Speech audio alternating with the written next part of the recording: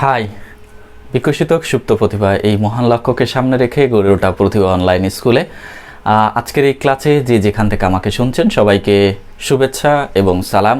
আসসালামু আলাইকুম রহমতুল্লাহ। আমি ইমন স্যার। আজকে এসএসসির ফিজিক্সের সেকেন্ড চ্যাপ্টার নিয়ে আলোচনা করব।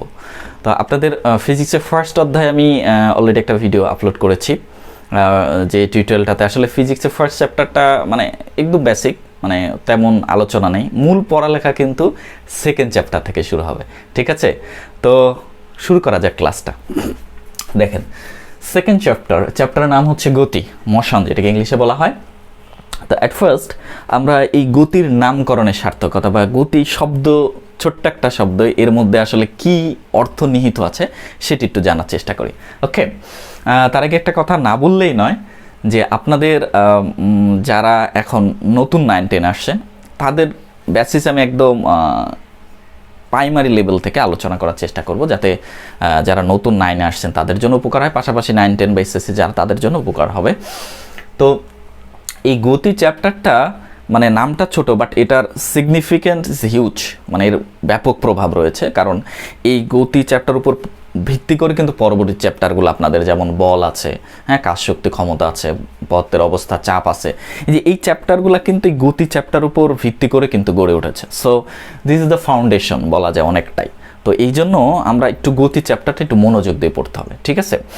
তো আরেকটা বিষয়, যে এই ফিজিক্সের ভালো করার জন্য কিন্তু আমাদের ম্যাথমেটিক্যাল মজার বিষয় আছে, যে ম্যাথ কিছু বিষয় থাকে যেটা দেখা যায় সৃজনশীল ক খতে প্রায় থাকে। তো এই গতির অধ্যায়ের বেশ কিছু ম্যাথমেটিক্যাল ট্রামও আছে, ঠিক আছে? যে কারণে এটা কিন্তু একটা মজার বিষয়। এবং এই গতির চ্যাপ্টারে যে ম্যাথগুলো, আবার তৃতীয় অধ্যায় যেটা আপনাদের বল আছে, এই দুটো অধ্যায় মিলেও কিন্তু অনেক সময় ম্যাথ আসে। অধ্যায় দুইটা প্রায় রিলেটেড একটা আর একটার সাথে। তো এই জন্য তো তোমার হচ্ছে এই চ্যাপ্টারটা আপনাদের বুঝতে হবে, না বুঝলে দেখা যায় ওই পরের চ্যাপ্টারটা আপনি বুঝতে পারবেন না, বা এই অ্যান্সারগুলো করা খুবই কষ্টকর হয়ে যাবে, হ্যাঁ। আর যেহেতু এই চ্যাপ্টারটা মোটামুটি বড়ই আছে, আমি এখানে 3টা ভিডিও করব। ফার্স্ট ভিডিওতে একটা আলোচনা হবে, সেকেন্ড ভিডিওতে থিওরি আলোচনা হবে, এবং থার্ড ভিডিওতে আমি গাণিতিক সমস্যাগুলো নিয়ে একটা ভিডিও করব আশা করি ইনশাল্লাহ। তো দেখেন, ফার্স্টে গতি শব্দটা আমরা বুঝি। তো গতি হচ্ছে, আমরা সবাই গতি শব্দটার সাথে পরিচিত, সবাই, ইস অ্যান্ড এভরিবডি।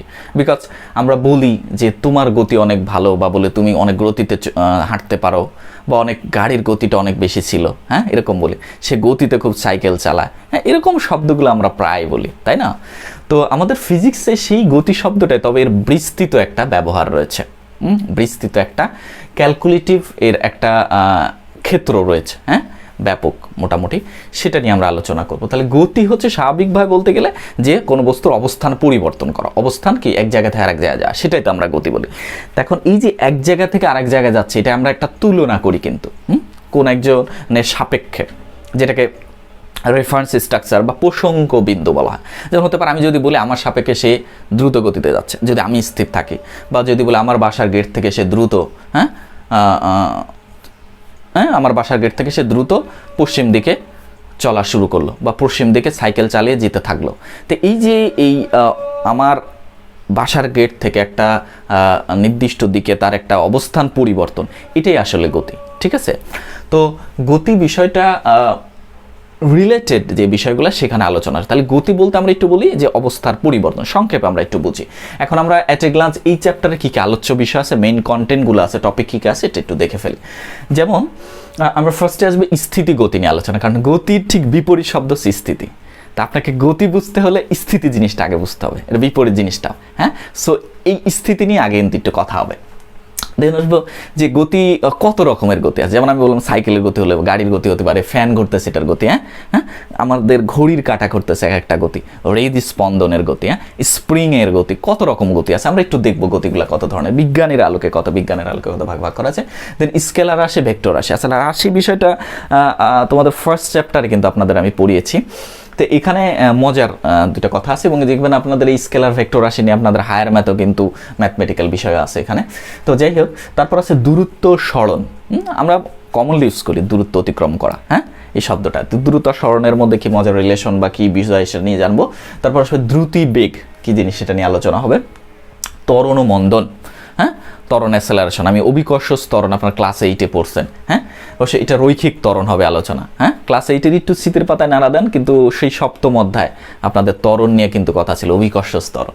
তো যাই হোক, ত্বরণ আর মন্দন এখানে। তারপরে গতির 4টা সমীকরণ আছে, খুবই ইম্পর্টেন্ট সমীকরণগুলো, এবং এটা আপনার ম্যাথ পারতে হলে এই সমীকরণকে মাস্ট। তো আরেকটা বিষয়, আপনাদের 2021 সালের যে বই, আমি আজকে 21 সালে যে ভিডিওটা করতেছি, 21 সালের যে বইটা, এটাতে অত এক্সপ্যান্ডেডলি আলোচনা নেই, স্বল্প আলোচনা আছে। তবে আমি যখন আপনাদের মতো স্টুডেন্ট ছিলাম, তখন আমাদের সময় আপনাদের বইগুলোতে চ্যাপ্টার দেখি একটু কমই আছে, যেমন 14টা চ্যাপ্টার, আমাদের সময় 25টা চ্যাপ্টার ছিল আমি যখন এসএসসি দিই। তো মানে টপিকগুলো আছে, কিন্তু টপিকগুলো খুবই কনসাইজ, খুবই সংক্ষিপ্ত, শর্টলি এখানে প্রেজেন্ট করা হয়েছে। তবে যাই হোক, গতির সমীকরণগুলো একটু এলাবোরেটলি আপনাদের জানতে হবে। হ্যাঁ, সেই বিষয়গুলো আমি দেখাবো। আর তবে সবশেষে আছে, তারপরে আছে হচ্ছে পরন্ত বস্তুর সূত্র, বিজ্ঞানী গ্যালিলিওর। হ্যাঁ, যে পরন্ত বস্তু, খুবই মজার কয়েকটা সূত্র আছে, 3টা সূত্র আছে, সেটা নিয়ে আলোচনা। এবং সবশেষে আমাদের মানে ফিজিক্সের কিছু গ্রাফ রয়েছে, লেখচিত্র আছে। হ্যাঁ, বিভিন্ন ধরনের লেখচিত্র মাধ্যমে বিভিন্ন গতি, বেগ, ত্বরণ এগুলো প্রেজেন্ট করা হয়। ঠিক আছে, যেটা খুবই মজার। আমরা গ্রাফ দেখে বলে দিতে পারবো যে কেমন, বা গ্রাফ থেকে আমরা কোনো বস্তুর স্লপ ঢালের মাধ্যমে এর গতি, বেগ বা ত্বরণ এগুলো আমরা সহজে নির্ণয় করতে পারি। ঠিক আছে, এই হচ্ছে চ্যাপ্টারের লাস্টের আলোচ্য বিষয়। আশা করি পুরো চ্যাপ্টার সম্পর্কে একটা গ্রোস ধারণা আপনাদের হয়ে গেছে। হ্যাঁ, তো আমরা এখন ধীরে ধীরে ফার্স্ট টপিক থেকে আলোচনা শুরু করি। তো ফার্স্টে রয়েছে স্থিতিগতি। তো স্থিতিগতি বা বোঝার আগে আমাদের ওই যে কথাটা যেটা বললাম, প্রসঙ্গ কাঠামো, কথাটা বুঝতে হবে। প্রসঙ্গ কাঠামো, রেফারেন্স স্ট্রাকচার। প্রসঙ্গ কাঠামো কি, সেই জিনিসটা আগে বুঝতে হবে। তো প্রসঙ্গ কাঠামো, আমরা জানি পৃথিবী, আমাদের যে পৃথিবী, এই পৃথিবীতে কোনো কিছু কিন্তু স্থির নয়, কারণ পৃথিবী নিজেই সূর্যের চতুর্দিকে ঘুরতেছে। হ্যাঁ, সূর্য আবার নিজ অক্ষে এবং বিভিন্ন গ্রহ উপগ্রহের দিকে ঘুরতেছে, গ্যালাক্সির দিকে। তো আসলে মহাবিশ্বের সব কিছুই কিন্তু নিজ অক্ষে এবং কাউকে কেন্দ্র করে ঘুরতেছে। তো স্থির কিছুই নেই। তবে সার্বিকভাবে আমরা কোনো একটা বস্তুকে, পৃথিবীতে একটা স্টেবল একটা বস্তুকে আমরা প্রসঙ্গ বস্তু হিসাবে চিন্তা করি, যে এটা স্থির থাকবে। যেমন ধরুন হতে পারে আমার বাসার গেট থেকে সে হচ্ছে 5 কিলোমিটার দূরে, তার অবস্থান, বা গেট থেকে চলে যাচ্ছে, তাহলে তার হচ্ছে অবস্থানটা হচ্ছে যে পরিবর্তন যদি হয় তাহলে গতি হয়ে যাবে। আর যদি পরিবর্তন না হয়, একই জায়গা থাকে, তাহলে স্থিতি হয়ে যাবে। ঠিক আছে, যেমন হতে পারে যে আমাদের মিরপুরে 10 নম্বর গোলচক্কর আছে। সেটা কিন্তু একটা স্টেবল, কারণ 10 নম্বর গোলচক্কর ওভারব্রিজ, এটা সহজে চেঞ্জ হবে না। এটাকে আমরা প্রসঙ্গ কাঠামো বললে, যে সেখান থেকে আমার বাসা 1.5 কিলো ধরেন পূর্ব দিকে। ঠিক আছে, এটার একটা অবস্থান বোঝানোর জন্য। আমার বাসায় স্থির থাকলে যদি অবস্থান না চেঞ্জ হয় সবসময়, তাহলে আমি স্থিতি বা আমার বাসায় স্থির, এরকম বলি। আমার কর্মস্থল হতে পারে, ধরো ওখান থেকে লাইফ 8 স্পেশালিস্ট, ওকে ওই দিকে ধরো কত, প্রায় হাফ কিলো হচ্ছে উত্তর দিকে। তাহলে দেখা যায় একটা বিন্দুকে আমরা কোনো পরিচয় দেওয়ার সময়, কোনো লোকেশন ইন্ডিকেট করার জন্য আমরা কিন্তু একটা বিন্দুকে বা একটা জায়গাকে ইন্ডিকেট করি, যে এইখান থেকে আমার বাসা এত দূর, বা এইখানে আসো, তুমি আসার পরে এই জায়গায় আসো, এরকম বলি না? ঠিক অ্যাজ প্রসঙ্গ কাঠামো এরকম, বা প্রসঙ্গ বিন্দু হচ্ছে সেরকম। তাহলে প্রসঙ্গ কাঠামো কি, যে যার সাথে তুলনা করে, যে বস্তুর সাপেক্ষে বা তুলনা করে অন্য কোনো বস্তুর কি গতি, অবস্থান, স্থিতি ইত্যাদি নির্দেশ করা হয়, সেটা হচ্ছে প্রসঙ্গ কাঠামো। আমি আবার বলতেছি, যে বিন্দু বা কাঠামোর সাথে তুলনা করে কি করা হয়, এই বস্তুর সাপেক্ষে অন্য কোনো বস্তুর গতি, স্থিতি, অবস্থান ইত্যাদি নির্ণয় করা, সেটা হচ্ছে প্রসঙ্গ কাঠামো। তাহলে এখন আসেন, স্থিতি কি? স্থিতি কি? স্থিতি বলা হচ্ছে, দেখেন, স্থিতি যা সংজ্ঞা দেবো ঠিক উল্টাটা হয়ে যাবে গতির সংজ্ঞা। এটা কিন্তু সৃজনশীলের কথা আপনাদের আসে অনেক সময়। ঠিক আছে, সো এটা একটু জানতে হবে। স্থিতি কি? স্থিতির সংজ্ঞা বলা হচ্ছে যে সময়ের পরিবর্তনের সাথে সাথে যে প্রসঙ্গ কাঠামোর সাপেক্ষে কোনো বস্তুর অবস্থানের যদি পরিবর্তন না ঘটে, কি যদি না ঘটে, অবস্থানের পরিবর্তন না ঘটে, তখন এই বস্তুটাকে বলা হয় স্থিতিশীল। ঠিক আছে, আর এই অবস্থার অপরিবর্তিত থাকার ঘটনাকে বলা হয় স্থিতি। আশা করি বুঝতে পেরেছেন। আমি আবার বলতেছি, যে সময়ের পরিবর্তনের সাথে পারিপার্শ্বিক সাপেক্ষে বা প্রসঙ্গ কাঠামোর সাপেক্ষে কোনো বস্তুর যদি অবস্থানের পরিবর্তন না ঘটে, তখন এই বস্তুকে বলা হয় স্থিতিশীল, বা স্থির। আর এই অবস্থার অপরিবর্তন থাকার ঘটনাকে বলা হয় স্থিতি। আশা করি বুঝতে পেরেছেন। এবার আসেন গতি, মোশনটা যেটা। তাহলে গতি কি? ঠিক একইভাবে বলবো আমরা, যে সময়ের পরিবর্তনের সাপেক্ষে পরিবর্তনের সাথে প্রসঙ্গ কাঠামো সাপেক্ষে কোনো বস্তুর যদি অবস্থানের পরিবর্তন ঘটে, হ্যাঁ, তখন ওই বস্তুকে আমরা বলি গতিশীল, হ্যাঁ, বা গতিশীল বলা হয় বস্তুকে। আর এই ঘটনার পরিবর্তন, এই বস্তুর অবস্থার পরিবর্তনের এই ঘটনাকে বলা হয় গতি। আশা করি বুঝতে পেরেছেন। আমি আবার বলতেছি যে সময়ের পরিবর্তনের সাথে প্রসঙ্গ কাঠামোর সাপেক্ষে যখন কোনো বস্তুর অবস্থানের পরিবর্তন ঘটে তখন এই বস্তুকে বলা হবে গতিশীল। আর এই অবস্থানের পরিবর্তন ঘটার এই ঘটনাকে বা অবস্থান পরিবর্তনের এই ঘটনাকে বলা হয় গতি। আশা করি বুঝতে পেরেছেন। অবস্থান পরিবর্তনের এই ঘটনাটাকে বলা হচ্ছে গতি। আশা করি বুঝতে পেরেছেন। তো এখন আমরা এই স্থিতি তো স্থিরই, তো গতি বিভিন্ন ধরনের হতে পারে। যেমন আমরা বলতে সাইকেলের গতি, হ্যাঁ, ফ্যানের গতি, হ্যাঁ, বিভিন্ন ধরনের গতি আছে। সেই গতিগুলো আমি একটু লিখে ফেলি যে কত ধরনের গতি হতে পারে। ওকে, আমরা বিভিন্ন ধরনের গতি জানবো। তার আগে একটু কথা বলি যে এই স্থিতি আর গতি জিনিসটা আমরা জেনে গেলাম। তো এখন ঘটনা হচ্ছে যে প্রসঙ্গ কাঠামোটা বলতেছিলাম, যে প্রসঙ্গ কাঠামো যেটাকে আমরা বিবেচনা করব সেটাকে একটা স্ট্যাবল ধরে নেওয়া হয়। কিন্তু আমরা জানি যে পৃথিবী ঘুরতেছে সূর্যকে কেন্দ্র করে, বা সূর্য তার অক্ষে বা অন্যান্য গ্যালাক্সি, তার মানে মহাবিশ্বের সব কিছু কিন্তু ঘূর্ণায়মান। তো আমরা আপেক্ষিকভাবে কোনো কিছু স্থির বিবেচনা করতে পারি, কিন্তু পরমভাবে কিন্তু কেউই স্থির নয়। কেন? কারণ পৃথিবী নিজেই গতিশীল। ঠিক আছে। আর যখন আমরা একটা বিন্দুকে বিবেচনা করি, ওই বিন্দুর সাপেক্ষে যদি আরেকটা বিন্দু যদি অবস্থান পরিবর্তন না হয়, তারা দুইজন গতিশীল হলেও কিন্তু স্থির ধরা হবে। যেমন ধরেন আমরা একটা ট্রেনে দুই বন্ধু পাশাপাশি মুখ করে, হ্যাঁ, যাচ্ছে, ট্রেনটা কিন্তু গতিশীল। আবার ট্রেনে বসে থাকা দুই বন্ধু একজন আরেকজনের মুখামুখি বসে আছে, তাহলে এর সাপেক্ষে ও কিন্তু কি, ওর সাপেক্ষে বলা হচ্ছে, এক বন্ধুকে যদি প্রসঙ্গ কাঠামো বিবেচনা করে তার সাপেক্ষে আরেক বন্ধু কিন্তু স্থির আছে, কারণ দুইজনের মধ্যে দূরত্ব পরিবর্তন হচ্ছে না, যদিও ট্রেনটা গতিশীল। কিন্তু হতে পারে ট্রেন লাইনের পাশে কোনো একজন ব্যক্তি দাঁড়ায় আছে, সে যদি এই দুই বন্ধুকে দেখে, তাহলে তার সাপেক্ষে এই দুই বন্ধু চেঞ্জ হয়ে যাচ্ছে, মানে অবস্থান পরিবর্তন হচ্ছে, তার সাপেক্ষে গতিশীল। আবার হতে পারে এই দুই বন্ধু বাইরে থেকে যে কোনো দোকানপাট বা গাছপালা ঘর বাড়ি দেখলো, সেগুলো দেখা যাচ্ছে কি পিছনের দিকে চলে যাচ্ছে, তার মানে তাদের সাপেক্ষে ঘর বাড়ি গাছপালা মানুষজন স্টেশনে থাকা, তারা কিন্তু তাদের সাপেক্ষে কি গতিশীল। ঠিক আছে, এই বিষয়গুলো একটু বুঝবো আমরা। অর্থাৎ প্রসঙ্গ কাঠামোর সাথে তুলনা করে কোনো বস্তুর অবস্থান পরিবর্তন না হলেই সেটা হচ্ছে স্থির, আর অবস্থানের পরিবর্তন হলেই সেটা গতিশীল। এখন একটা কথা বলা হয়, তাহলে যদি মহাবিশ্বের সব কিছুই গতিশীল, তাই তো, তাহলে আসলে আমরা যে প্রসঙ্গ কাঠামো বিবেচনা করতে তার সাপেক্ষে যে গতিশীল বলতেছি বা স্থির বলতেছি, এটা কি আসলে? তাহলে এটা হচ্ছে আপেক্ষিকভাবে আমরা বলতেছি। এই শব্দটি একটু আমরা জানবো যে আপেক্ষিক, এটা রিলেটিভলি, তুলনা অর্থে, হ্যাঁ, ওর সাথে তুলনা করে আমরা বলতেছি এটা স্থির বা গতিশীল।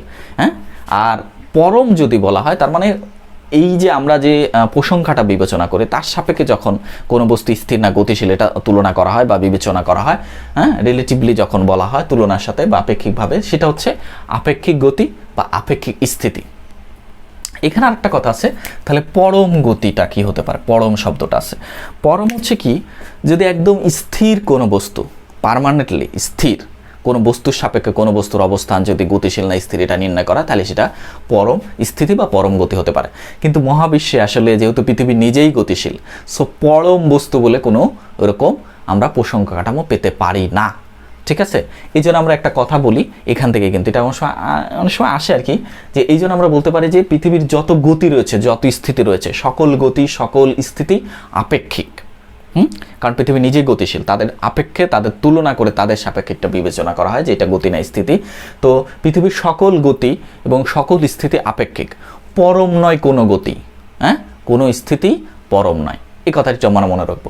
পরম নয় কোনো গতি, কারণ একদম পার্মানেন্ট স্থির বস্তুর সাপেক্ষে কোনো বস্তু গতিশীল এটা কারণ স্থির পাবোই না, কারণ পৃথিবী নিজেই গতিশীল। তাহলে আমি আবার বলতেছি যে পৃথিবীর যত কি রয়েছে গতি বা স্থিতি রয়েছে, এটা হচ্ছে সকল গতি এবং স্থিতি হচ্ছে আপেক্ষিক, কিন্তু পরম নয় কোনো গতি বা কোনো স্থিতি পরম নয়, কথাটি আমরা মনে রাখবো। এখন বিভিন্ন প্রকার গতি, আমাদের সকল গতিতে আসলে অনেক ধরনের আছে, তো বিজ্ঞানের সমস্ত গতিগুলোকে একত্র করে একটা 5টা প্রকারের মধ্যে ফেলেছে। সেই প্রকারগুলো কি কি? ফার্স্ট আমরা বলতে লাইনার মোশন বা সরল রৈখিক গতি, তারপর আছে ঘূর্ণন গতি আছে, চলন গতি আছে, পর্যাবৃত্ত গতি আছে, আর সরল স্পন্দন গতি আছে। ঠিক আছে, হ্যাঁ, তো এই যে এই গতিগুলা আমরা একটু জানি। সরল রৈখিক গতিকে যখন কোনো বস্তু পোষণ কাঠামোর সাপেক্ষে সরল রেখা বরাবর তার অবস্থান পরিবর্তন করবে, ঠিক আছে, কি রেখা বরাবর? সরল রেখা বরাবর অবস্থান পরিবর্তন করলে সেটাকে সরল রৈখিক গতি বলে। এটা বিভিন্ন ধরনের গতি, সাইকেল রেখা চালায় সরলরেখা বরাবর গেল, গাড়ি চালায় সরলরেখা বরাবর, হ্যাঁ, দ্রুত হেঁটে প্রসঙ্গ বস্তু সাপেক্ষে সে দ্রুত হেঁটে সরলরেখা বরাবর গেল, এগুলো সবই সরল রৈখিক গতি। এখন আসো ঘূর্ণন গতি আসে, যেটা হচ্ছে সার্কুলার মোশন। ঘূর্ণন গতি যে কোনো বিন্দুকে কেন্দ্র করে সমদূরত্বে বজায় রেখে যখন চতুর্দিকে এটা ঘুরবে, হ্যাঁ, আবর্তন করবে, তখন সেই গতিকে বলা হবে ঘূর্ণন গতি। হ্যাঁ, আমি আবার বলতেছি যে কোনো বিন্দুকে স্থির বিন্দুকে বা কোনো বিন্দুকে নির্দেশ করে বা বিন্দুকে কেন্দ্র করে যখন সমদূরত্ব বজায় রেখে চতুর্দিকে ঘুরবে, আবর্তন করবে, তখন এই গতিটাকে বলা হবে ঘূর্ণন গতি, ঠিক আছে। যেমন ধরেন আমাদের বৈদ্যুতিক পাখা একটা নির্দিষ্ট বিন্দু কেন্দ্র করে ঘুরতেছে, আমাদের ঘড়ির কাঁটা, হ্যাঁ, ঠিক আছে। এই গতিগুলো হচ্ছে, তারপরে ধরেন চন্দ্র কি করে? পৃথিবীকে কেন্দ্র করে পৃথিবীর চতুর্দিকে, হ্যাঁ, নির্দিষ্ট সমদ্রুত বজায় রেখে ঘুরতেছে চন্দ্র পৃথিবী। তো এই গতিগুলো হচ্ছে ঘূর্ণন গতি। এবার আসেন চলন গতি। চলন গতি হচ্ছে কি? Translation motion. যেটা চলন গতি হচ্ছে এই যে সকল গতিগুলো এক ধরনের চলন গতি। যখন কোনো বস্তুর এমনভাবে যাবে যে সকল কণা একই দিকে, সকল কণা হচ্ছে সবসময় একই দিকে যেতে থাকে, তাহলে সেই গতিকে আমরা বলি চলন গতি। অর্থাৎ যার অবস্থান পরিবর্তন হবে এবং সকল কণা, হ্যাঁ, এই বস্তুর সকল কণা সবসময় একই দিকে, হ্যাঁ, একই সময় একই দিকে যেতে থাকবে, এই ধরনের গতিকে চলন গতি বলা। আমাদের চারপাশে এরকম অনেক চলন গতি রয়েছে, রৈখিক গতি, ঘূর্ণন গতি, এগুলো এক ধরনের চলন গতি। এবার আসেন পর্যায়বৃত্ত গতি। হ্যাঁ, পর্যায়বৃত্ত গতিটা কি বলতেছে? যে পিরিয়ডিক মোশন। এই গতিশীল বস্তু যদি এমন হয় যে নির্দিষ্ট সময় পর পর একটা নির্দিষ্ট বিন্দুকে একই দিক থেকে অতিক্রম করে, সেই ধরনের গতিকে বলা হয় পর্যায়বৃত্ত গতি বা পিরিয়ডিক মোশন। আমি আবার বলতেছি যে পর্যায়বৃত্ত গতি কি? যে কোনো বস্তুর, গতিশীল বস্তুর গতি যদি এরকম হয় নির্দিষ্ট সময় পর পর একই দিক থেকে কোনো একটা বিন্দুকে অতিক্রম করে, নির্দিষ্ট সময় পর পর একটা নির্দিষ্ট বিন্দুকে একই দিক থেকে অতিক্রম করে, সেই গতিকে বলা হবে পর্যায়বৃত্ত গতি। এখানে ঘড়ির কাঁটা অর্থাৎ ঘূর্ণন গতিগুলো এক ধরনের বিশেষ ধরনের পর্যায়বৃত্ত গতি। এই কথাটা একটু মনে করুন যে ঘূর্ণন গতি একটা বিশেষ ধরনের পর্যায়বৃত্ত গতি। যেমন আমাদের ঘড়ির কাঁটা যেটা আছে, ধরেন এই 12 নম্বর দাগটাকে, 12টা যেটা 12টা, এই 12 নম্বর লেখাটাকে এই মিনিটের কাঁটা দেখা যায় 60 মিনিট পর পর এসে নির্দিষ্ট দিক থেকে, একই দিক থেকে নির্দিষ্ট সময় পর পর এই বিন্দুটাকে নির্দিষ্ট দিক থেকে এসে অতিক্রম করতেছে। সো এই গতিটা এক ধরনের কি গতি? পর্যায়বৃত্ত গতি। ক্লিয়ার? অর্থাৎ কি করবে? নির্দিষ্ট সময় পর পর একটা নির্দিষ্ট বিন্দুকে একই দিক থেকে এসে অতিক্রম করবে, ঠিক আছে। এটা হচ্ছে পর্যায়বৃত্ত গতি। আমাদের হার্টের যে স্পন্দন, হৃদস্পন্দন, হ্যাঁ, নির্দিষ্ট সময় পর পর কিন্তু আমাদের সংকোচন প্রসারণ, লাভটাপ হচ্ছে সংকোচন প্রসারণ একটা নির্দিষ্ট সময় পর পর, হ্যাঁ, নির্দিষ্টভাবে হচ্ছে। তো এটাও এক ধরনের পর্যায়বৃত্ত গতি। ক্লিয়ার? তারপরে ধরেন এই যে চন্দ্র পৃথিবী কেন্দ্র করে নির্দিষ্ট সময়, নির্দিষ্ট একই দিক থেকে বারবার অতিক্রম করতেছে, সেটাও এক ধরনের কি গতি? পর্যায়বৃত্ত গতি। তাইলে আমরা দেখলাম যে ঘূর্ণন গতিগুলো বিশেষ ধরনের পর্যায়বৃত্ত গতি। এবার আসেন সরল স্পন্দন গতি, সিম্পল হারমোনিক মোশন। এই স্পন্দন গতিটা কি? এই সরল স্পন্দন গতি যদি হতে পারে যে কোনো একটা বস্তু তার এই গতিশীল অবস্থার নির্দিষ্ট সময় একটা বিন্দুকে অতিক্রম করে যাবে, আবার এক দিক থেকে যাবে, আবার তার বিপরীত দিক থেকে এসে আবার ওই নির্দিষ্ট বিন্দুকে অতিক্রম করবে। অর্থাৎ তার পর্যায়কালের, তার গতিকালের অর্ধেক সময় একদিকে, বাকি অর্ধেক সময় বিপরীত দিকে চলবে। হ্যাঁ, কোনো গতিশীল বস্তু তার গতিকালের অর্ধেক সময় যদি একদিকে, বাকি অর্ধেক সময় যদি তার বিপরীত দিকে চলে, হ্যাঁ, তখন যে গতি হয় সেটাই হচ্ছে সরল স্পন্দন গতি। অর্ধেক সময় একদিকে, বাকি অর্ধেক সময় তার পূর্ব গতির বিপরীত দিকে চলবে, এই ধরনের গতিকে বলা হবে সরল স্পন্দন গতি। এবং এই বস্তুগুলোর ক্ষেত্রে বা এই গতির ক্ষেত্রে হয় কি, যখন একদিকে অতিক্রম করে, সর্বোচ্চ যে দ্রুত অতিক্রম করে, সেখানে অল্প সময়ের জন্য সে স্থির হয়ে যায়। হ্যাঁ, আবার যখন এই আসে তখন আবার দেখা যায় এই সর্বোচ্চ গতিতে যেটা অল্প সময়ের জন্য স্থির হয়ে যায়। যেমন ধরুন আমাদের সরল দোলকের কথা যদি বলি, আমি একটু দেখাই। একটা ধরেন বিন্দু থেকে আমি একটা, এই যে সরল দোলক যেটা, এটাকে আমি যদি টেনে ছেড়ে দিই দেখা যায়, হ্যাঁ, এরকম হবে, তাই তো, যে এই দিকে গেল, তাহলে দেখা যায় এই বস্তুটা নির্দিষ্ট সময় পর অর্ধেক এই দিকে গেল, আবার এদিকে ঘুরে আসবে, আবার এদিকে যাবে, আবার এদিকে ঘুরে আসবে, আবার এদিক থেকে আবার ওই দিকে যাবে। তাহলে এই যে এই ধরনের, হ্যাঁ, গতিকালে অর্ধেক সময় একদিকে, বাকি অর্ধেক সময় তার বিপরীত গতি, হ্যাঁ, বিপরীত দিকে চলবে, এই ধরনের গতিকে বলা হয় সরল স্পন্দন গতি। যেমন দোলনার দুটি, দোলনায় শিশু দোলতাছে, যাচ্ছে আসতেছে, হ্যাঁ, তারপরে ঘড়ির পেন্ডুলাম, হ্যাঁ, এই যে এইভাবে দোলতাছে, এই গতিগুলো হচ্ছে সরল স্পন্দন গতি। হ্যাঁ, সরল দোলকের গতি হচ্ছে সরল স্পন্দন গতি, ঠিক আছে। তারপরে স্প্রিং যে আছে, স্প্রিং সংকোচন হচ্ছে, প্রসারণ হচ্ছে, সংকোচন প্রসারণ, সেটাও এক ধরনের কি গতি, আপনার সরল স্পন্দন গতি। আশা করি সবাই বুঝতে পেরেছেন এই বিভিন্ন ধরনের গতি। এটা এমসিকিউতে আসে যে নিম্নের কোন গতি, এটা এমসিকিউর জন্য একটু পড়ে নেবেন। এখন আসেন আমরা আসি স্কেলার ও ভেক্টর রাশি কি জিনিস সেটা নিয়ে আমরা আলোচনা করব। ওকে, আসলে আমরা স্কেলার রাশি এবং ভেক্টর রাশি দেখি। স্কেলার রাশি দেখেন একটু সংজ্ঞাটা লাগবে, অনেক সময় সৃজনশীল কতে আসে স্কেলার রাশি কি ভেক্টর রাশি কি। আসলে এটা খুবই ইজি। স্কেলার রাশি হচ্ছে কি, আমরা জানি রাশি কাকে বলে, ভৌত জগতে যা কিছু পরিমাপ করা যায় তাই রাশি। তো স্কেলার রাশি কি, যে রাশির মানে এই ভৌত জগতে যে সকল রাশির মান, যে সকল রাশিকে শুধু মান দ্বারা প্রকাশ করা হয়, দিক নির্দেশের প্রয়োজন হয় না, তাদেরকে স্কেলার রাশি বলা হয়। শুধু মান দ্বারাই প্রকাশ করা, যেমন এখন সময় কত বাজে, সাপোজ এখন ধরেন সময় 12টা, দুপুর 12টা, কোন দিক এটা কিছু বলার দরকার নেই। আবার যেমন এর ভর কত কেজি, ধরেন ভর 75 কেজি, কোন দিক বলার দরকার আছে না, এই যে মান দ্বারা আমরা সংক্ষেপে বুঝতে মানে সহজে বুঝতে পারবো। হ্যাঁ, তাহলে এটা হচ্ছে স্কেলার রাশি। আমি আবার বলতেছি, যে সকল ভৌত রাশিকে শুধু মান দ্বারা প্রকাশ করা, শুধু মান দ্বারা প্রকাশ করা, দিক নির্দেশের প্রয়োজন হয় না, তাদেরকে স্কেলার রাশি বলে। ঠিক তার উল্টাটা হচ্ছে ভেক্টর রাশি। যে সকল রাশিকে প্রকাশ করার জন্য মান এবং দিক উভয়ের প্রয়োজন, তাদেরকে ভেক্টর রাশি বলা। হ্যাঁ, যেমন ধরেন ওজন, ওজন হচ্ছে পৃথিবীর কেন্দ্রের দিকে কাজ করতেছে। হ্যাঁ, এটা হচ্ছে আপনার ভেক্টর রাশি হবে। ঠিক আছে।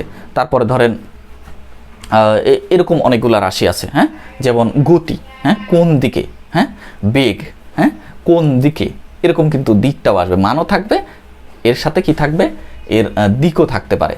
তাইলে এগুলো হচ্ছে আপনার ভেক্টর রাশি। ক্লিয়ার? এখন আসেন আমরা স্কেলার রাশিগুলো মোটামুটি যেগুলো ইউজ করা হয় আপনাদের 9-10 সিলেবাস আলোকে সেগুলো একটু দেখি। স্কেলার রাশি যেমন দৈর্ঘ্য, ভর, দ্রুতি, কাজ, শক্তি, সময়, তাপমাত্রা, তারপরে ক্ষমতা, হ্যাঁ ইত্যাদি। ঠিক আছে, মোটামুটি আমরা এই রাশিগুলো আমরা 9-10 সিলেবাসের আলোকে বলতে পারি। মোটামুটি এই স্কেলার রাশিগুলো বেশি ইউজ হবে, এইগুলোই থাকবে, দৈর্ঘ্য, ভর, দ্রুতি, কাজ, শক্তি, সময়, তাপমাত্রা, ক্ষমতা ইত্যাদি। এই স্কেলার রাশিগুলোর বাকি যেগুলো মোটামুটি সবগুলাই ভেক্টর রাশি। ঠিক আছে। হ্যাঁ, যেমন স্মরণও ভেক্টর রাশি, হ্যাঁ ত্বরণ এটাও ভেক্টর রাশি। ঠিক আছে, এই ভেক্টর রাশি অনেক রয়েছে। এইগুলো হচ্ছে আমাদের স্কেলার এবং ভেক্টর রাশি। এখন অনেক সময় কোশ্চিন আসে সৃজনশীল 2 মার্কসে, যে স্কেলার রাশি ও ভেক্টর রাশির মধ্যে পার্থক্য লিখো। তাহলে এটা কীভাবে লিখবেন? ফার্স্টে সংজ্ঞা লিখবেন, পার্থক্যের বিষয় সংজ্ঞা, স্কেলার রাশি, ভেক্টর রাশি। হ্যাঁ, সংজ্ঞা দুটো দিয়ে দেবেন, আমি যেটা বললাম। 2 নম্বর পার্থক্য দিতে পারেন পরিবর্তন, যে স্কেলার রাশির মানের পরিবর্তন হলে স্কেলার রাশির মান হচ্ছে পরিবর্তন হয়ে যাবে। আর ভেক্টর রাশি কি মান অথবা দিক অথবা উভয়ের পরিবর্তনে ভেক্টর রাশির কি হয়ে যায়? পরিবর্তন হয়ে যায়। মান অথবা দিক অথবা উভয়ের পরিবর্তনে কি ভেক্টর রাশির পরিবর্তন হয়। 2 3 নম্বর দিতে পারেন যে স্কেলার রাশির যোগ, বিয়োগ, গুণ, ভাগ এগুলো সাধারণ আমাদের গাণিতিক নিয়ম অনুযায়ী হয়, কিন্তু ভেক্টর রাশির ক্ষেত্রে এটার ক্ষেত্রে আলাদা নিয়ম আছে। হ্যাঁ, যেটা আপনার হায়ার ম্যাথও আপনারা শিখবেন। আমাদের এখানে কিছু কিছু কাজ আছে। তাহলে ভেক্টর রাশির যোগ, বিয়োগ, গুণ, ভাগ কিন্তু সাধারণ নিয়ম অনুযায়ী, গাণিতিক নিয়ম অনুযায়ী হবে না। একটু আলাদা ভেক্টর নিয়ম আছে। আর একটা কি করতে পারেন, উদাহরণ দিয়ে দিতে পারেন, কি কি স্কেলার রাশি, কি কি ভেক্টর রাশি, উদাহরণ সব পার্থক্য। তাহলে 3-4টা পার্থক্য হয়ে গেল। ওকে, আমরা সহজেই তাহলে এটা পেরে গেলাম। এখন আসেন দূরত্ব ও সরণ। ওকে, আমরা এখন দূরত্ব এবং সরণ এই বিষয়টা জানি। দূরত্ব এবং সরণ, তাহলে দূরত্ব কি জিনিস? আমি যদি একটা চিত্র আঁকি, সাপোজ ধরেন এরকম একটা বস্তু এখান থেকে এখানে, এই বিন্দু থেকে সাপোজ বি বিন্দুতে যাবে। তাহলে এই বিন্দু থেকে বি বিন্দুতে এটা একদম সরল রেখা বরাবর সোজা চলে যেতে পারে, এভাবে যেতে পারে। আবার যদি এটা ঘুরে যেতে পারে, ঠিক আছে, ঘুরে যেতে পারে। আবার এরকম হতে পারে, এইভাবেও যেতে পারে, ঠিক আছে। আবার হতে পারে এইভাবেও যেতে পারে, ঠিক আছে। তাহলে এই ক্ষেত্রে আমরা একটু জিনিসগুলো বুঝি, দূরত্ব আর সরণটা। তাহলে দূরত্ব ডিস্টেন্স, সরণ হচ্ছে ডিসপ্লেসমেন্ট, ঠিক আছে। তাহলে দূরত্ব কি? দূরত্ব বলতেছে যে কোনো বস্তু যখন সময় সাপেক্ষে এক অবস্থান থেকে অন্য অবস্থানে যাবে, তখন এদের মধ্যবর্তীতে ব্যবধান, সেটাই হচ্ছে দূরত্ব। কোনো দিক এখানে উল্লেখ থাকবে না, জাস্ট মধ্যবর্তীর যে ব্যবধান, সেটা হচ্ছে দূরত্ব। যেমন ধরেন এইখান থেকে যদি এই পথে বি বিন্দুতে আসে, ধরেন সাপোজ এটা হচ্ছে 15 মিটার, ঠিক আছে। আচ্ছা, তাহলে এইখান থেকে সোজা যখন যাবে হয়তো এটা হয়ে যাবে 10 মিটার। হ্যাঁ, নির্দিষ্ট দিক আছে, কি দিক? এ থেকে বি এর দিকে, একদম সোজা চলে যাচ্ছে। আচ্ছা, আবার হতে পারে যে এ থেকে এই যে বি এর কাছে যাচ্ছে, কিন্তু এটা কি বিভিন্নভাবে পরিবর্তন করে, তাহলে এটা হয়তো হয়ে যাবে 16 মিটার, এটা হতে পারে হয়তো 14 মিটার। হ্যাঁ, তাহলে আমরা দেখতে পাচ্ছি যে সময়ের সাপেক্ষে, হ্যাঁ, কোন একটা বস্তু একটা বিন্দু থেকে পারিপার্শ্বিক সাপেক্ষে যখন নির্দিষ্ট দিকে যে দ্রুত অতিক্রম করে, নির্দিষ্ট দিকে এ থেকে বি এর দিকে একদম সরলরেখা বরাবর চলে গেছে নির্দিষ্ট দিকে, সেটা হচ্ছে তার সরণ। অর্থাৎ সরণটা যখন নির্দিষ্ট দিক উল্লেখ থাকবে, মান এবং দিক। আর দূরত্বটা কি? দূরত্ব হচ্ছে তাদের দুইটার মধ্যবর্তী ব্যবধান, এখানে দিক কোনো ফ্যাক্টর নাই। হ্যাঁ, যেমন এখান থেকে মধ্যবর্তী ব্যবধান হচ্ছে 15 মিটার হতে পারে, তাহলে এই এ আর বি বিন্দুর মধ্যবর্তী দূরত্ব হতে পারে 15 মিটার, হতে পারে 10 মিটার ও যখন একদম সরলরেখা বরাবর যাবে, হ্যাঁ, হতে পারে 14 মিটার, হতে পারে 16 মিটার। ঠিক আছে, বাট সরণ কি হবে? সরণ অলওয়েজ হবে তার 10 মিটার। হ্যাঁ, কারণ নির্দিষ্ট দিকে এ থেকে বি এর দিকে, একমাত্র এ থেকে বি এর দিকে পরিপার্শ্বিক সাপেক্ষে যখন সময়ের সাথে নির্দিষ্ট দিকে তার দূরত্বের যখন পরিবর্তন হয়েছে, অবস্থানের পরিবর্তন হয়েছে, সেটা হচ্ছে তার সরণ। ক্লিয়ার? আশা করি বুঝতে পেরেছেন সবাই। তাহলে দূরত্ব হতে পারে যে কোনো দিক থেকে, দূরত্বের ক্ষেত্রে কোনো দিকের উল্লেখ নেই, জাস্ট খালি মান দ্বারা প্রকাশ করা হবে। হ্যাঁ, এই জন্য দূরত্বটা বিভিন্নভাবে হতে পারে, বাট সরণটা হবে নির্দিষ্ট দিকে।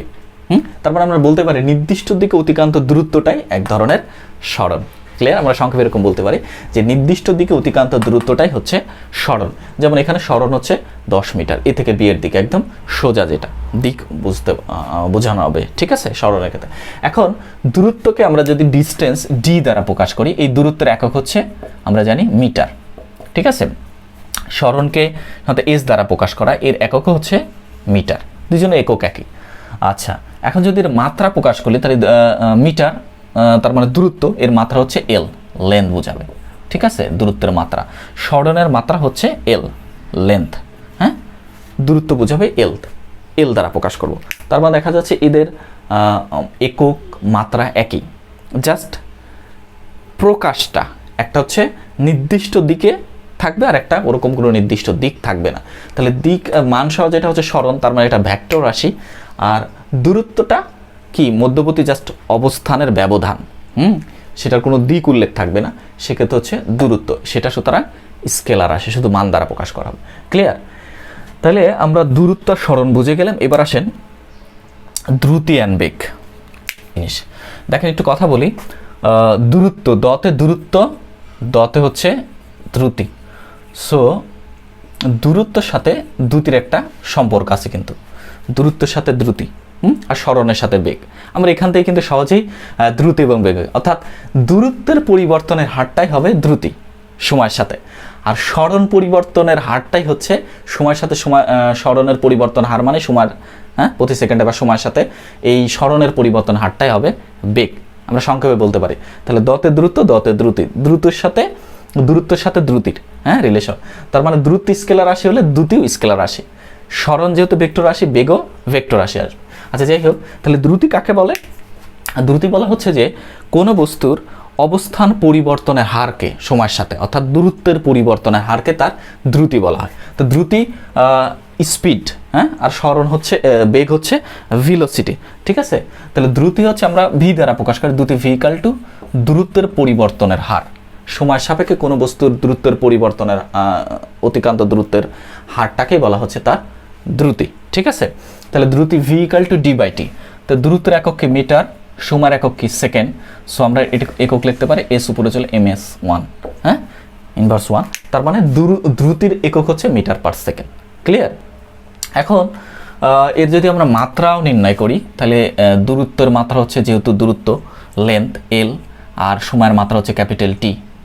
তার মানে এটা আমরা লিখতে পারি এল টি টু দি পাওয়ার -1। এটা হচ্ছে এই দ্রুতির মাত্রা। ক্লিয়ার? তাহলে দ্রুতি, আমি আবার বলতেছি, দ্রুতি কি? যে সময়ের সাথে দূরত্বের পরিবর্তনের বা কোনো বস্তুর অবস্থান পরিবর্তনের হারকে বলা হচ্ছে তার দ্রুতি। সময়ের সাথে দূরত্বের পরিবর্তন হারটাই হচ্ছে দ্রুতি। দূরত্বের সাথে দ্রুতির, তাহলে দ্রুতি যেহেতু কোনো দিক থাকবে না, সে দ্রুতি স্কেলার রাশি। এবার আসেন বেগ। বেগ হচ্ছে ভেলোসিটি। তো বেগ কাকে বলা হয়? বেগ হচ্ছে আমরা সংক্ষেপে বলতে পারি কোনো বস্তুর নির্দিষ্ট দিকে দূরত্ব পরিবর্তনের হারটাই হচ্ছে তার বেগ, বা সরণের হারকে বেগ বলা হয়। আমরা এক কথা বলতে পারি, হ্যাঁ, কোনো বস্তুর সময়ের সাপেক্ষে, সময়ের সাথে কোনো বস্তুর সরণের হারকে তার বেগ বলে। সরণ মান নির্দিষ্ট দিকে অতিক্রান্ত দূরত্ব, তাহলে কোনো বস্তুর সময়ের সাথে কোনো বস্তুর সরণের হারকে তার বেগ বলা হয়। তার মানে বেগ আমরা ভি দ্বারা প্রকাশ হয়, বেগ v equal to s by t, সরণের হার। হ্যাঁ, তো সরণের হচ্ছে একক কি? মিটার, অতিক্রান্ত দূরত্ব মিটার, সময় হচ্ছে সেকেন্ড, সো এটার একক আসবে মিটার পার সেকেন্ড।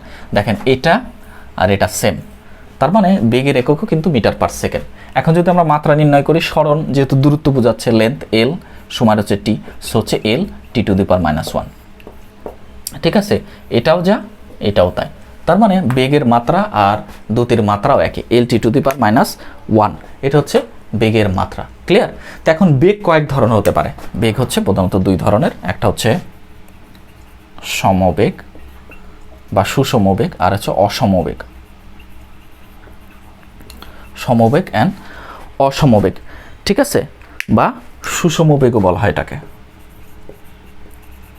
সুষমবেগ বা সমবেগ আর অসমবেগ। সুষমবেগ কি? যে সময়ের সাথে কোনো বস্তুর যদি সরণের পরিবর্তন সমান হারে হয়ে থাকে, ঠিক আছে, সময়ের সাথে যদি এই সরণের পরিবর্তনটা সমান হারে হয়ে থাকে, তখন তাকে সুষমবেগ বলা হবে। হ্যাঁ, যেমন ধরেন আমাদের সুষমবেগের সবচেয়ে সুন্দর একটা উদাহরণ আমরা বলতে পারি, যেমন বায়ুতে শব্দের বেগ, যে 0 ডিগ্রি সেলসিয়াস তাপমাত্রা বায়ু প্রতি সেকেন্ডে 332 মিটার অতিক্রম করে। হ্যাঁ, 332 মিটার প্রতি সেকেন্ডে।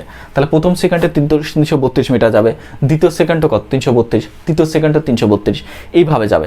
তার মানে এই প্রতি সেকেন্ডে তার অতিক্রান্ত দূরত্ব, হ্যাঁ, নির্দিষ্ট দিকে, সেটা হচ্ছে সমান হারে হবে। সেজন্য এটা হচ্ছে সুষমবেগ। আর অসমবেগ কাকে বলে? কোনো বস্তুর এই সরণের হার নির্দিষ্ট দিকে অতিক্রান্ত দ্রুত যদি সময়ের সাথে পরিবর্তন ঘটে, অর্থাৎ তার মানও পরিবর্তন হতে পারে, বেগও পরিবর্তন, দিকও পরিবর্তন হতে হয়, অথবা মান ও দিক উভয়ের পরিবর্তন হয়, তখন সেই বেগটাকে বলা হয় অসমবেগ। অসমবেগই বেশি। আমরা সুষম বেগে খুব কম বস্তু চলো, অসমবেগই বেশি আমাদের, তাই না? কারণ চলতে গেলে রাস্তা এত কি সোজা হবে না, দিক পরিবর্তন করতেই হয়। ঠিক আছে, তো এই হচ্ছে আমাদের সুষম এবং অসমবেগ। আশা করি বুঝতে পেরেছেন। এখন আমরা আসবো ত্বরণ ও মন্দন। এখন আসেন ত্বরণ ও মন্দন। তো ত্বরণ কাকে বলে আমরা একটু জানি। ত্বরণ থেকেই মন্দন আসবে। ত্বরণ হচ্ছে অ্যাসেলারেশন, আর ঠিক উল্টাটা হচ্ছে ডিঅ্যাসেলারেশন বা রিটার্ডেশন, যেটাকে মন্দন বলা হচ্ছে। ত্বরণ হচ্ছে কি? ত্বরণকে আমরা জানি অ্যাসেলারেশন এ দ্বারা প্রকাশ করা হয়।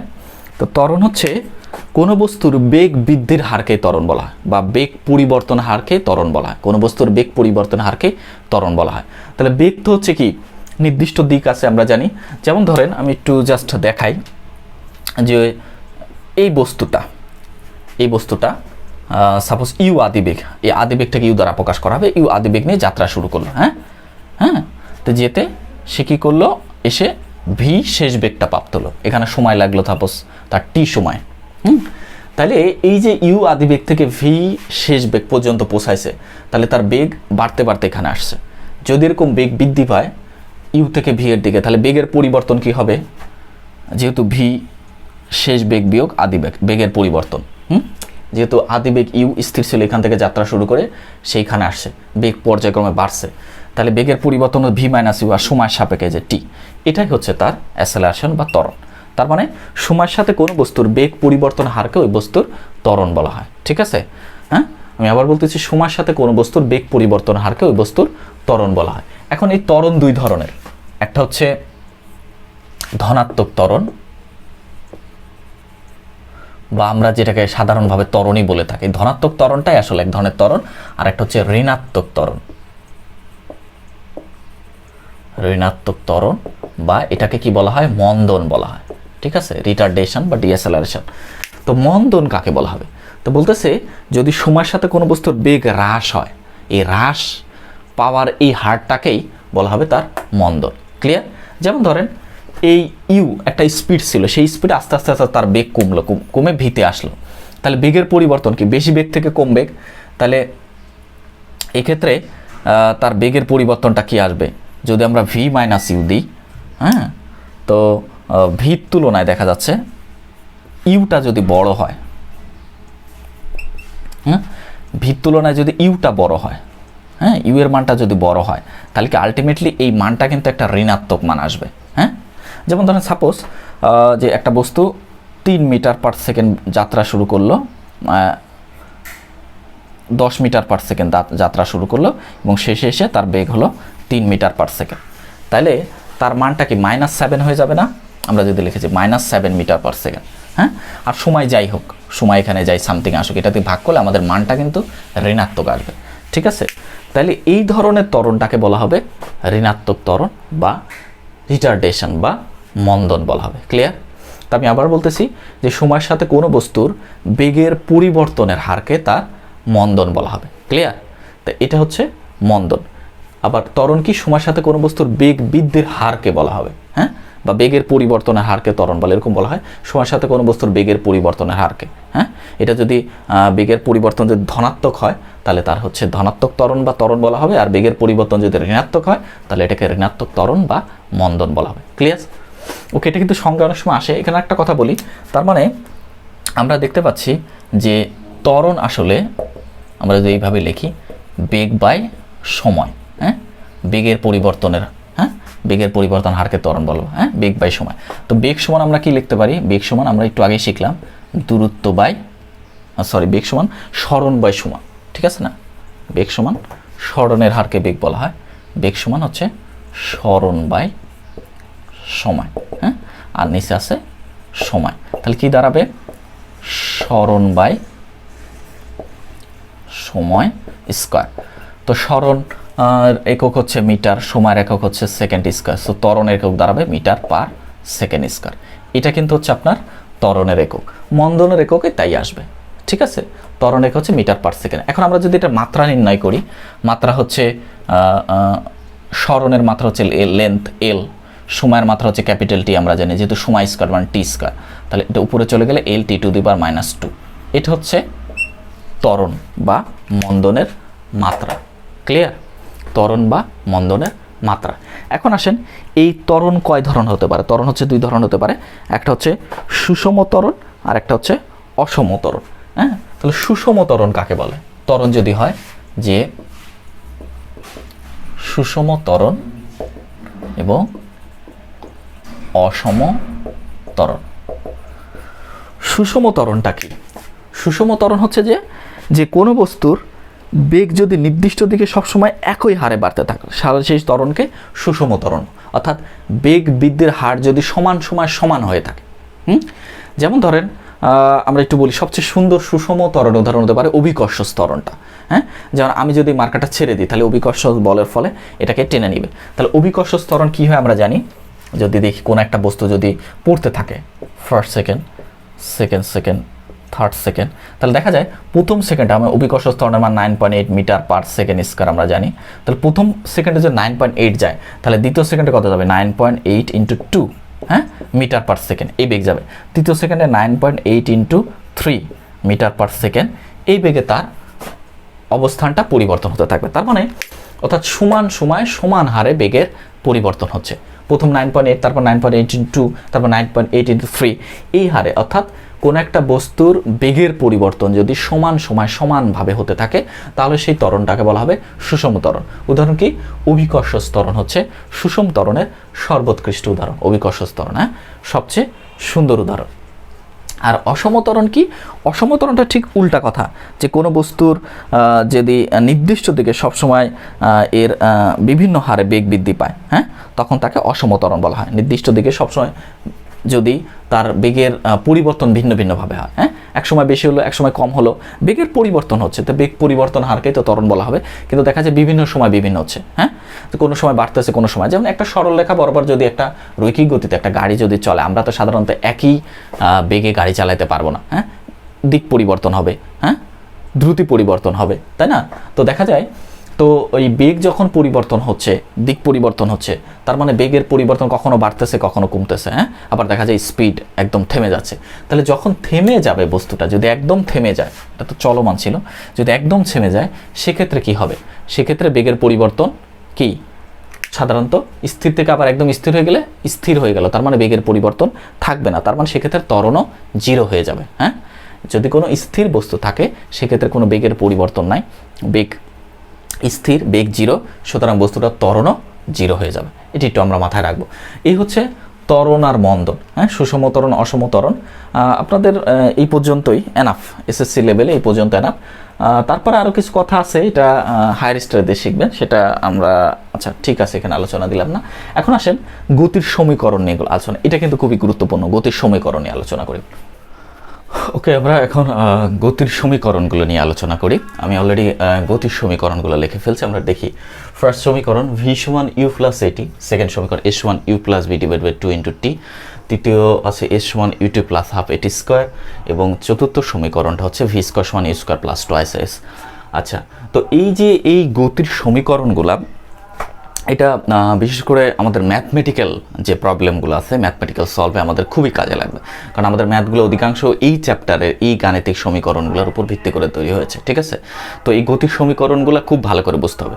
তা আমি এই সমীকরণগুলো একটু প্রতিপাদন করে দেবো যে কীভাবে আসলো, তাহলে আপনাদের বুঝতে সুবিধা হবে, ঠিক আছে। তবে এই সূত্রগুলো দিয়ে আমরা যে ম্যাথগুলো আছে, ম্যাথে কী কী দেওয়া আছে আর কোনটা চেয়েছে, এটা যদি আইডেন্টিফাই করতে পারি সহজে এই সূত্র অ্যাপ্লাই করে আমরা অঙ্কগুলো করে ফেলতে। যেন আমার স্টুডেন্ট অনেকে বলে স্যার কোথায় কোন সূত্র হবে, এটাই তো বুঝি না, হ্যাঁ, কোথায় কোন সূত্র। তো এটা হচ্ছে আপনার কি কি দেওয়া আছে আর কি চেয়েছে সেটা আগে আইডেন্টিফাই করবেন, করে দেখবেন যে কি কোন সূত্রে অ্যাপ্লাই করলে সবগুলা মান পাওয়া যায়। যেমন প্রথম সূত্রে শেষ বেগ, হ্যাঁ, যদি আদি বেগ ত্বরণ সময় দেওয়া থাকে আমরা শেষ বেগ এই সূত্র দিয়ে নির্ণয় করতে পারবো। তারপর আদি বেগ শেষ বেগ সময় দেওয়া থাকলে আমরা সরণ দ্বিতীয় সূত্র দিয়ে, আবার ত্বরণ আদি বেগ, হ্যাঁ, সময় দেওয়া থাকলে আমরা সরণ এই 3 নম্বর সূত্র দিয়ে নির্ণয় করতে পারবো। এই চতুর্থ সমীকরণ যেটা আছে, এই সমীকরণে আমরা আদি বেগ ত্বরণ সরণ দেওয়া থাকলে আমরা শেষ বেগ বের করে নিয়ে আসতে পারি, হ্যাঁ। বা অর্থাৎ এই সমীকরণে যে রাশিগুলো আছে এটার কোনো একটা দেওয়া থাকলে বাকি মানে যেগুলো দেওয়া থাকবে, হ্যাঁ, হয়তো 4-5টা রাশি আছে, 3টা বা 4টা দেওয়া থাকলে পরেরটা আমরা বের করতে পারবো।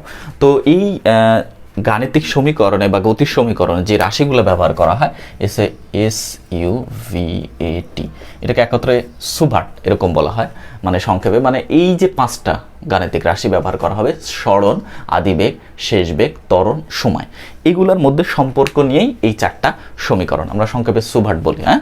তাহলে এই 5টা রাশিকে মিলেই কিন্তু এই সমীকরণগুলো তৈরি হয়েছে, এদের মধ্যে সম্পর্ক নিয়ে। তো আমরা ফার্স্ট সমীকরণে একটু প্রতিপাদন আসি। প্রথম সমীকরণ ভি সমান ইউ প্লাস এটি। তো আমি একটু দেখাই, ধরেন কোন একটা বস্তু ইউ আদি বেগে যাত্রা শুরু করে কি করলো, স্মল টি সময় পরে এ সুষম ত্বরণে চলে, হ্যাঁ, ভি শেষ বেগ প্রাপ্ত হলো, ঠিক আছে। এটা যদি আমরা এই কথাগুলো একটু লিখবো, ধরা যাক কোনো একটা বস্তু এরকম লিখে, যদি ধরা যাক কোনো একটা বস্তু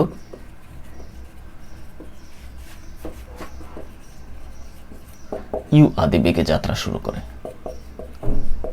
হ্যাঁ,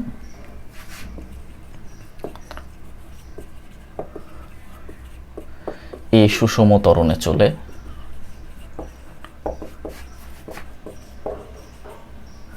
স্মল টি সময় পরে ভি শেষ বেগ প্রাপ্ত হলো, ঠিক আছে। জাস্ট এই কথাগুলো একটু, ধরা যাক কোনো একটা বস্তু ইউ আদি বেগে যাত্রা শুরু করে এই সুষম ত্বরণে চলে স্মল টি সময় পরে ভি শেষ বেগ প্রাপ্ত হলো। সুতরাং এক্ষেত্রে বস্তুটির বেগের পরিবর্তন, সুতরাং টি সময় বেগের পরিবর্তন আমি সংক্ষেপে লিখতেছি, বেগের পরিবর্তন যদি আমরা একটু দেখাই, তাহলে বেগের পরিবর্তন কি, যেহেতু আদি বেগ থেকে শেষ বেগ বাড়ছে, তাহলে ভি মাইনাস ইউ বেগের পরিবর্তন। সুতরাং বেগের পরিবর্তনের হার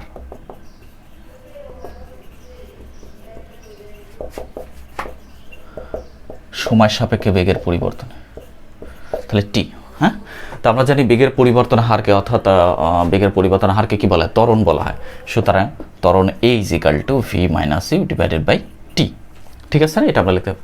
বা এটাকে আমরা যদি বজ্রগুণ করি যে v minus u is equal to এটি, সুতরাং v is equal to u plus at. এই যে দেখেন 1 নম্বর সমীকরণটা চলে আসলো সুন্দরভাবে। ভি সমান ইউ প্লাস এটি। এইভাবে আমরা সমীকরণগুলো প্রতিপাদন করি। এখন এখানে একটা বিষয় দেখি, যেহেতু বলতেছে কোন একটা বস্তু স্থির ইউ আদিবেগে যাত্রা শুরু করে, কোন একটা বস্তু স্থির অবস্থান থেকে ইউ আদিবেগে যাত্রা শুরু করে, যদি ইউ আদিবেগটা স্থির হয়, হ্যাঁ, সেক্ষেত্রে আমরা কি লিখতে পারি ভি সমান 0 প্লাস এটি, যেহেতু ইউ ইজ ইকাল টু, যদি ইউ ইকাল টু 0 হয়, হ্যাঁ, স্থির অবস্থান থেকে, তার মানে সুতরাং আমরা ভি সমান কি লিখতে পারবো, এটি লিখতে পারবো। ঠিক আছে, আমরা ভি সমান এটি লিখতে পারলে যদি স্থির অবস্থান থেকে।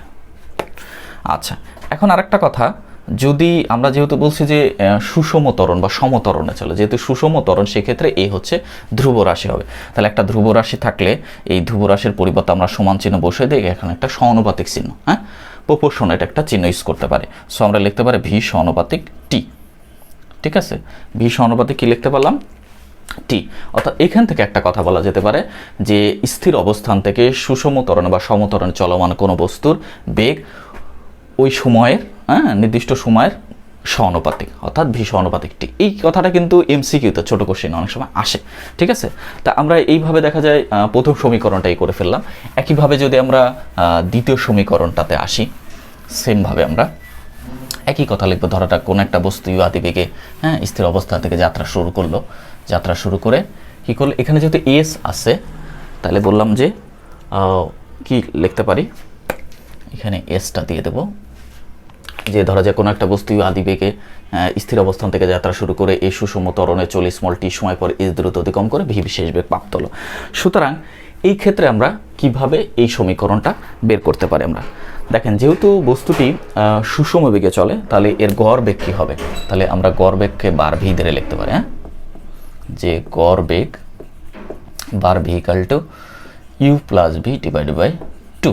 গড় বেগ, গড় বেগ কেন এটা, কারণ হচ্ছে গড় বেগ হচ্ছে রাশিগুলোর যোগফল ডিভাইড বাই রাশির সংখ্যা, আদি বেগ শেষ বেগ ডিভাইডেড বাই দুইটা রাশি 2 দ্বারা ভাগ, গড় বেগ। হ্যাঁ, আবার আমরা জানি আবার আমরা জানি কি, যে গড় বেগ সমান সরণের হারকে গড় বেগ বলে। যেহেতু এস দ্রুত অতিক্রম করছে, সরণ হয়েছে এস, সরণের হারকে আমরা জানি কি বেগ বলা হয়, বা গড় বেগ সমান এস বাই টি লিখতে পারি। ঠিক আছে, এটা আমরা জানি। তো এটা যদি আমি 1 নম্বর সমীকরণ দিই, আর এটা যদি 2 নম্বর সমীকরণ দিই, তাহলে 1 ও 2 থেকে আমি কি লিখতে পারি, s by t is equal to u plus v divided by 2। ঠিক আছে না, সহজে লিখতে পারি। সুতরাং এস ইজ ইকাল টু কি লেখা যাবে, u plus v divide by 2, আর টি এই পাশে গেলে ইন্টু টি, শেষ। এটা হচ্ছে আমার 2 নম্বর সমীকরণের প্রতিপাদন হয়ে গেল। সহজে কিন্তু আমরা এইভাবে প্রতিপাদন করে ফেলতে পারি। এখন আসেন 3 নম্বর সমীকরণ, এর সমান ইউ টি প্লাস হাফ এটি স্কয়ার। এখানে দেখেন আমরা এইখান থেকে কিন্তু 3 নম্বর সমীকরণ নিয়ে আসতে পারতেছি। জাস্ট যে 3 নম্বর সমীকরণ মূল কথাগুলো একই হবে। কোনো একটা বস্তু ইউ আদিবেগে যাত্রা শুরু করে, স্থির অবস্থান থেকে ইউ আদিবেগে যাত্রা শুরু করে এই সুষম ত্বরণে চলে স্মল টি সময় পরে এস দ্রুত অতিক্রম করে ভি শেষ বেগ প্রাপ্ত হলো। ঠিক আছে, তাহলে এর গড় বেগ, এবং আমরা জানি গড় বেগ বা গড় বেগ সমান এটা। ঠিক আছে, এখান থেকে আমি এটা নিয়ে আসতে পারি। এখন আমার যে সমীকরণ এস সমান ইউটি প্লাস হাফ এটি স্কয়ার, তাহলে এস সমান ইউটি প্লাস হাফ এটি স্কয়ার, তার মানে এখানে কোনোভাবে কি নিয়ে আসতে হবে, এ নিয়ে আসতে হবে। আর এই ভিকে কী করতে হবে, ভ্যানিশ করতে হবে, কারণ এখানে ভি এর এই সমীকরণে ভি নাই, আমরা দেখতে পাচ্ছি এই সমীকরণে কি নাই, ভি নাই। সো এই ভিটাকে আমি ভ্যানিশ করে দিতে পারি কিভাবে, তাহলে দেখেন আমরা এখন এই যে একটা বস্তু ইউ আদিবেগে যাত্রা শুরু করে এই সুষম ত্বরণে চলে ভি শেষ বেগ প্রাপ্ত হয়েছে, তাহলে এক্ষেত্রে বেগের পরিবর্তন হয়েছে। সো আমরা এখানে লিখতে পারি, সুতরাং বেগের পরিবর্তন, এই যে প্রথম যে সমীকরণটা বললো বেগের পরিবর্তন ভি মাইনাস, তাহলে এই প্রথম বেগের পরিবর্তন হারকে ত্বরণ বলে। সুতরাং আমরা এখানে লিখতে পারি ত্বরণ equal to v minus u divided by t. ঠিক আছে, এই জিনিসটা একটু দেখি, যে বেগের পরিবর্তন, হ্যাঁ, ভি মাইনাস ইউ পরিবর্তন হার v minus u divide by t. সুতরাং আমরা জানি বেগ পরিবর্তন হারকে ত্বরণ বলে, তাহলে এক্ষেত্রে আমরা লিখতে পারি ত্বরণ equal to v minus u divide by t, বা এক্ষেত্রে আমি ভির মান নিয়ে আসবো, তার মানে v minus u is equal to এটি। সুতরাং ভি সমান ইউ প্লাস এটি। ক্লিয়ার? দেখেন এটা প্রথম সূত্রই আর কি, আলটিমেটলি প্রথম সূত্রটাই, জাস্ট এটার পরে এই কথাটা একটু লিখবেন, লিখে এটা চলে আসলো। এখন আমরা এই ভি এর মান, এটা যদি আমি একটা সমীকরণ দিই, 3 নম্বর সমীকরণ, সাপোজ ভি এর মান যদি 3 নম্বর সমীকরণে বসে, তাহলে কী দাঁড়াবে দেখেন, ইউ প্লাস ভি এর মান হচ্ছে ইউ প্লাস এটি ডিভাইডেড বাই 2 ইন্টু টি। ওকে, তাহলে কি দাঁড়াবে ইউ যোগ করলে 2u ডিভাইডেড বাই 2 প্লাস এটি, হ্যাঁ, ডিভাইডেড বাই 2, কারণ 2টা তো দুই জায়গায় আছে, ইন্টু টি। ঠিক আছে, এটাকে আমি যদি এই 2 কাটা যাবে তাহলে আমি এইখানে লিখি, তাহলে এইভাবে লেখা যাবে ইউ টি দিয়ে যদি UT plus half a t square এর সমান চলে আসলো। তাহলে আমার কিন্তু 3 নম্বর সমীকরণটা প্রমাণ হয়, এর সমান UT plus half a t square. Clear everybody? তাহলে এইভাবে আমরা সহজেই 3 নম্বর সমীকরণটা প্রমাণ করে দিলাম। জাস্ট এই 2 নম্বর সমীকরণ থেকে এই ভিটাকে ভেনিশ করে দিছি, এখানে ভি এর মান ইউ প্লাস এইটি দিয়ে দিছি, সহজেই এই মানটা চলে আসছে। এখন এইখান থেকে একটা কথা বলা যেতে পারে, দেখেন আমি একটু আলাদা কালার ইউজ করি। এস ইজিক্যাল টু, যদি ইউ আদিবেগ স্থির অবস্থান থেকে এই বস্তুটা যাত্রা শুরু করে, তাহলে ইউ এর মান 0 হলে 0 ইন্টু 0, তাহলে এটা লিখতে পারে u equal to half a t square, যেহেতু ইউ ইজিক্যাল টু 0। ওকে, তাহলে ইউ ইজিক্যাল টু যদি 0 হয় তাহলে আমরা এটা লিখতে পারি। এখন আমরা জানি যে হাফ তো একটা ধ্রুব রাশি, যেখানে যে এর মান ধ্রুব হবে, আর ত্বরণ এটা ধ্রুব রাশি। তো দুইটা ধ্রুব রাশি যখন থাকবে, তাহলে ধ্রুব রাশির পরিবর্তে আমরা একটা প্রপোর্শনের চিহ্ন, সমানুপাতিক চিহ্ন ইউজ করতে পারবো। সো এস সমানুপাতিক টি স্কয়ার আমরা সহজে লিখতে পারি। ঠিক আছে, অর্থাৎ এখানে একটু গুরুত্বপূর্ণ একটা বিষয় আমরা দেখলাম, এই সমানুপাতিক কি লেখা যাচ্ছে টি স্কয়ার। অর্থাৎ আমরা বলতে পারি স্থির অবস্থান থেকে সুষম ত্বরণে চলমান কোনো বস্তুর নির্দিষ্ট সময়ে অতিক্রান্ত দ্রুত বা সরল ওই সময়ের বর্গের সমানুপাতিক। ঠিক আছে না, ওই সময়ের কি হবে বর্গের সমানুপাতিক হবে। এইভাবে আমরা এই সমীকরণটা থেকে এই শনি two plus half a t square থেকে এই কথাটাও আমরা বলতে পারি। এটা কিন্তু অনেক সময় বড় কোশ্চেনে আসে। ঠিক আছে, এটা একটু খেয়াল রাখবে, এমসিকিউতে আসে। এখন আসেন আমরা 4 নম্বর সমীকরণটা একটু শিখি। 4 নম্বর সমীকরণটা আমরা কিভাবে সলভ করতে পারি। দেখেন 4 নম্বর সমীকরণটা ঠিক একই রকম। আপনার আমার এখান থেকে 4 নম্বর ভি স্কয়ার সমান ই স্কয়ার প্লাস টোয়াইস এটা নিয়ে আসতে হবে।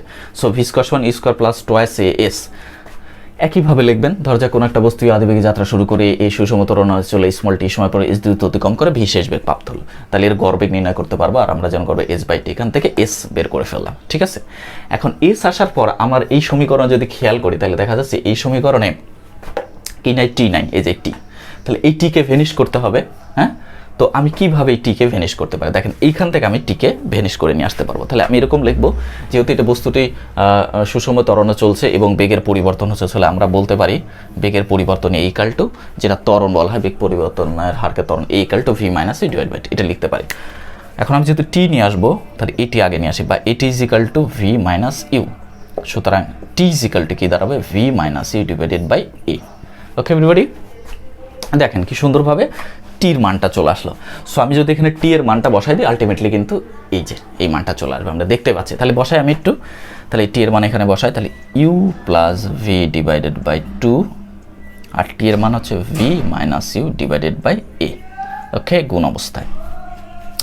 তাহলে এটাকে যদি আমি গুণ করে দিই, তাহলে ভি প্লাস ইউ, একটু সাজায় লিখলাম, v minus u divided by নিচে কত থাকবে 2a। ওকে এভরিবডি, তাহলে কি দাঁড়ালো 2a divided by a plus b into a minus b, মানে v square minus u square, a plus b into a minus b square minus b square. আমি এইখানে চলে আসি, তাহলে কি দাঁড়ালো এ সিগালটা কিন্তু এটা আসলো। তাহলে এখন আমি যদি বজ্র গুণন দিই, তাহলে বা আসবে হচ্ছে v square minus u square সমান টোয়াইস এ এস। হ্যাঁ, তাহলে সুতরাং v square is equal to u square plus twice s. Wow, প্রমাণ শেষ। ঠিক আছে, তাহলে দেখেন আমরা সহজে 4টা সমীকরণকে আমি প্রমাণ করে দিলাম। তাহলে এখন এই যে ভি স্কোয়ার সমান u square plus twice s, এই 4 নম্বর সমীকরণটা চলে আসছে। এখন দেখেন এই যে ভি স্কোয়ার সমান u square plus twice s আসছে, এটা তার মানে শেষ বেগ, আদিবেগ, ত্বরণ এবং সরণের মধ্যে সম্পর্ক। এই সমীকরণটা আদিবেগ, ত্বরণ, গতিকালের মধ্যে সম্পর্ক। হ্যাঁ, এরকম বিভিন্ন ওই যে 5টা রাশি, এদের মধ্যে একটার মধ্যে সম্পর্ক আছে এখানে। তো আমরা এই সমীকরণটাকে আবার একটু এইভাবে দেখাতে পারি, যদি আদিবেগ স্থির হয়, বস্তুটা যদি স্থির অবস্থান থেকে যাত্রা শুরু, তাহলে কি হতে পারে দেখেন, V square equal to 0 square করলে 0, V square equal to twice S. হ্যাঁ, যেহেতু ইউ ইজ ইকাল টু 0, হ্যাঁ, যদি স্থির অবস্থান থেকে যাত্রা শুরু করে। তো তারপর লিখতে পারি বা ভি স্কোয়ার, তাহলে 2 ধ্রুব রাশি এই সুষম ত্বরণ এও ধ্রুব রাশি। সো আমরা ধ্রুবর জন্য একটা প্রপোর্শনের সমানুপাতিক চিহ্ন ভি স্কয়ার সমানুপাতিক এস এই কথাটা লিখতে পারি কিন্তু। হ্যাঁ, তার মানে স্থির অবস্থান থেকে বিনা বাধায় চলন্ত কোনো বস্তুর নির্দিষ্ট সময় পরে অতিক্রান্ত দ্রুত বা সরণ ওই বেগের বর্গের সমানুপাতিক, অতিক্রান্ত দ্রুত বেগের বর্গের সমানুপাতিক এই কথাটা বলতে পারে। আবার এটাকে এইভাবে লেখা যেতে পারে, সুতরাং ভি প্রপোর্শনের রুট ওভার এস। ঠিক আছে, এটা কি দেখা যায়? আচ্ছা, এটা একটু পরে লিখি,